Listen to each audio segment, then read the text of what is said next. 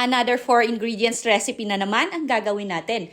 Well, pwede nyo nga itong gawin gamit lang ang 3 sangkap. This is quick, easy, affordable, at madali din itong i-market o ibenta dahil ito ay isa sa mga Pinoy favorite treats or dessert na talaga namang hindi nawawala sa uso.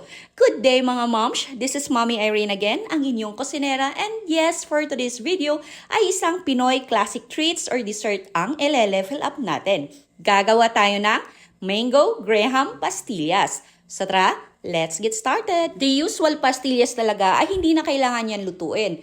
Mix lang ang mga sangkap, then hinuhulma ito depende sa size, shape, or laki na gusto nyo. Merong pabilog or pahaba, but my way of making pastillas or my version of pastillas ay tinutusta ko muna ng bahagya yung powdered milk.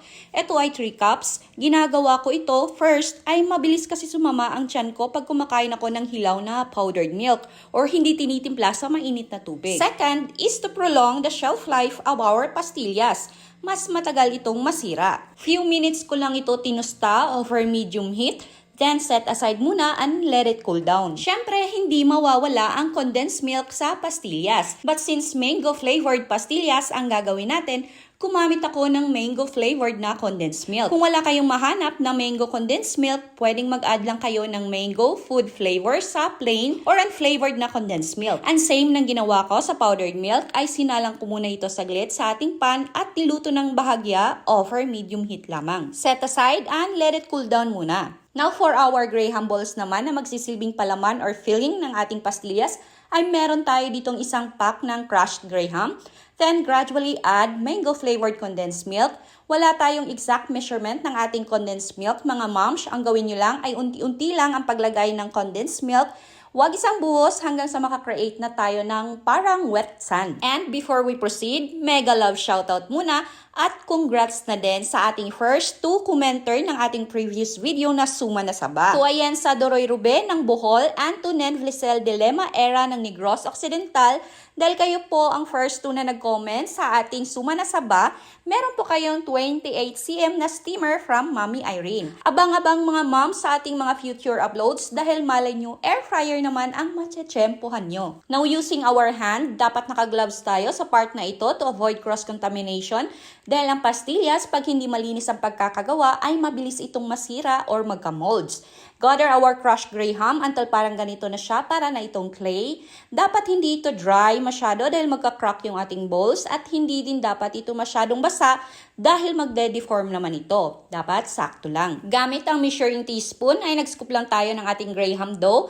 Then i-roll natin ito ng pabilog. Set aside muna at balikan naman natin ang ating powdered milk. Para naman sa ating pastillas dough, nag-add lang ako ng mango flavored condensed milk sa ating powdered milk. Gradual lang ang pag-add hanggang sa makakreate tayo ng parang dough.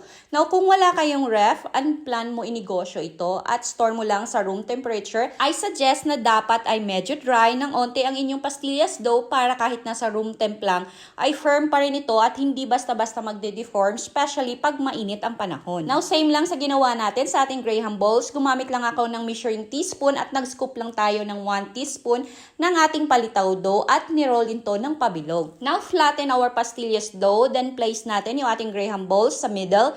Gather the sides of the pastillas dough and pinch lang natin ito to secure and seal our Graham bowl. And using the palm of your hand, i-roll lang natin ito to achieve a perfect round pastillas. At kung umabot ka man sa part ng video na ito at hindi ka pa nakapag-follow, please like and follow our page for more quick and easy recipes. At paki-comment na din down below kung tagasan po kayo at suggest na rin po kayo ng favorite snack or merienda nyo na gusto nyong gawa ng version ni Mommy Irene. Meron tayo ditong white sugar, i-roll lang natin sa white sugar yung ating mga nagawang mango Graham pastillas.